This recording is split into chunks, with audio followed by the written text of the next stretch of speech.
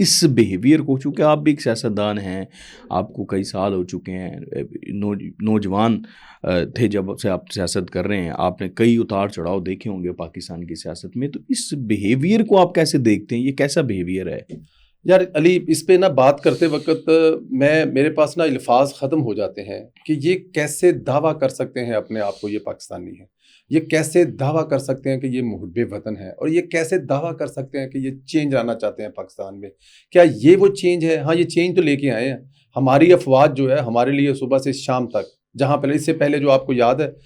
پوربی بلوچستان میں واقعہ ہوا تھا ہیلی کاپٹر والا، جس قسم کا طوفان بدتمیزی اس قوم یوتھ نے پیدا کیا تھا، میرا خیال ہے وہ تاریخ میں اس کی مثال کہیں نہیں ملتی۔ اور اب بھی ایک پرانا انسیڈنٹ تھا، وہ جو کوئی باہر جا رہے تھے، کوئی ایک حادثہ ہوا تھا، اس میں جو وہ تابوت تھے ان کو لگا کر وہ فوٹو کر کے شیئر کر رہے ہیں، پھر کہہ رہے ہیں کہ یہ جو ہاسٹیج کو چھوڑا گیا ہے، یہ ہاسٹیج کو فوج نے نہیں چھڑوایا بلکہ دہشت گردوں نے خود چھوڑ دیا ہے۔ اس قسم کی چیزیں کر کے یہ مورال ڈاؤن کرنے کی کوشش کرتے ہیں، لیکن میرے خیال میں انہوں نے 26 کروڑ عوام کی، میں یہاں پہ لفظ یہ بولنا نہیں چاہتا، لیکن 26 کروڑ عوام کی ان چند لوگوں نے صرف اور صرف لعنتیں وصول کی ہیں۔ اور یہ اس قابل بھی ہیں کہ اتنے مشکل وقت جب پوری کی پوری قوم ایک صدمے میں ہے، آپ ایک علیحدہ ایک اینٹ کی مسجد بنا کے بیٹھ جاتے ہیں۔ یہ رویہ قابل مذمت ہے۔ لیکن میں ایک بات بتاؤں، یہاں پہ پھر میرا حکومت سے بھی شکوہ ہے، میرا پھر اداروں سے بھی شکوہ ہے کہ جب آپ ان کو اس طرح کی کھلی چھٹی دیں گے، یہ اتنے بڑے حادثے کے بعد اس قسم کا رویہ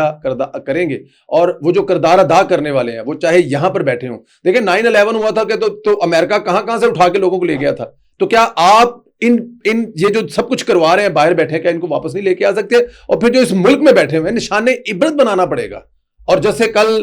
ڈی جی ISPR صاحب نے فرمایا کہ rule of game is change, تو رول آف گیم چینج ہونے چاہیے۔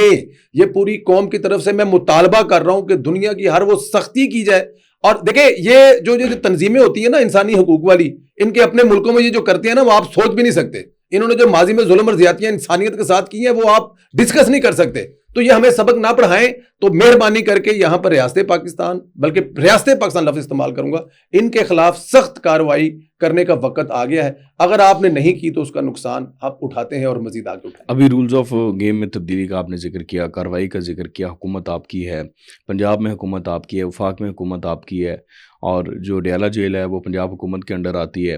مجھے یہ بتائیے گا، جو ان کے کیسز ہیں وہ وفاق کے سر ریلیونٹ ہیں، مجھے یہ بتائیے گا کہ رات کو جب یہ انسیڈنٹ سارا ہوا،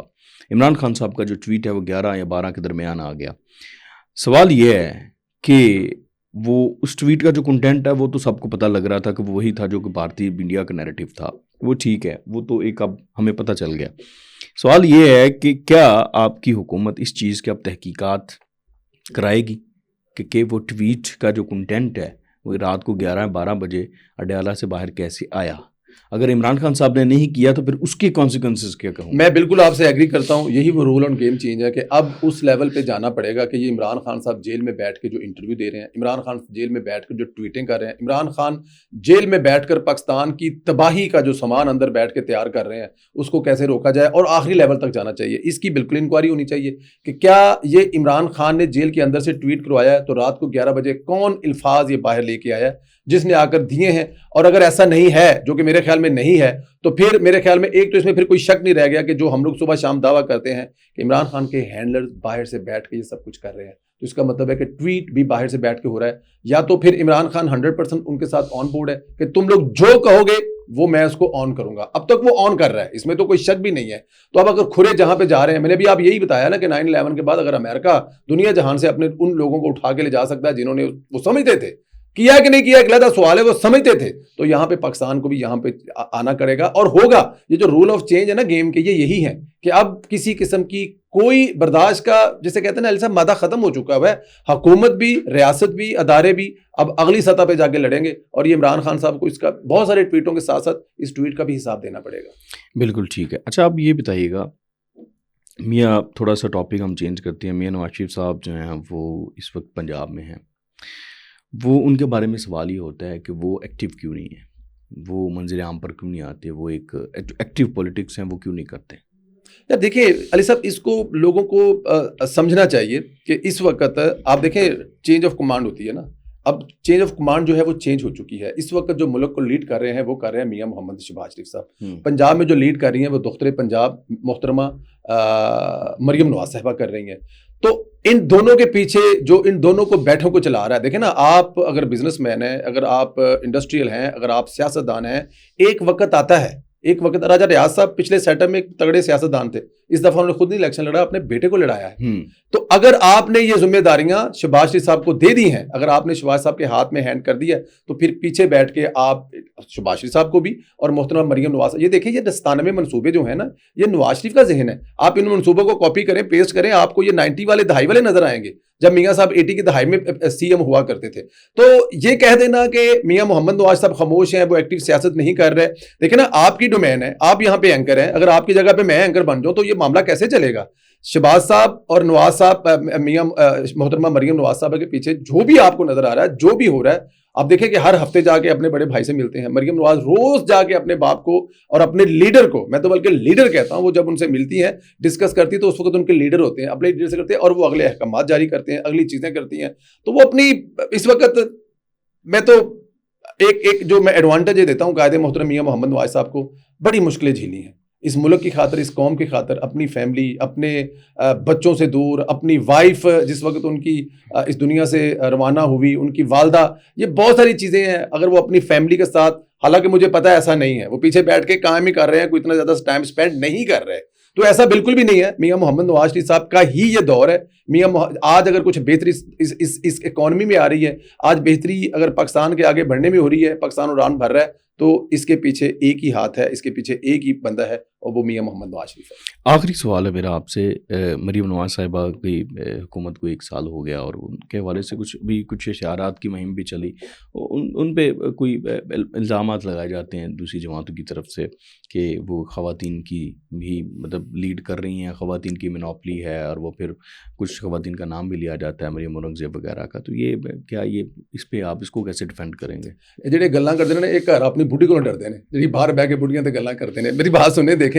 مریم نواز صاحبہ جو ہیں, دیکھیں پوری دنیا میں آپ کہیں بھی چلے جائیں, علی صاحب آپ یورپ تشریف لے کے جائیں گے, آپ آئیں گے نا, تو آپ دیکھیں گے وہاں پہ بسیز بھی خواتین چلا رہی ہیں, وہاں پہ ریسٹورینٹ بھی خواتین چلا رہی ہیں, دنیا بھر کا کام خواتین کر رہی ہیں. تو اگر یہاں پر پنجاب میں پہلی دفعہ محترمہ بے نظیر بھٹو رانی شہید اللہ ان کا اگلا سفر آسان فرمائے, وہ پہلی وزیر اعظم بنی, اور محترمہ مریم نواز صاحبہ پہلی پرائم منسٹر بنی. تو آپ کو کیا لگتا ہے کہ پہلی وزیر اعلیٰ, پہلی وزیر اعلیٰ, تو کیا آپ کو کیا لگتا ہے کہ ان کے ارد گرد خواتین نہیں ہوں گی؟ کیوں نہیں ہوں گی؟ کیونکہ وہ ان کی ٹیم ہے. مریم اورنگزیب صاحبہ جو ہیں وہ مریم نواز صاحبہ کے ساتھ آج سے نہیں ہے, وہ جب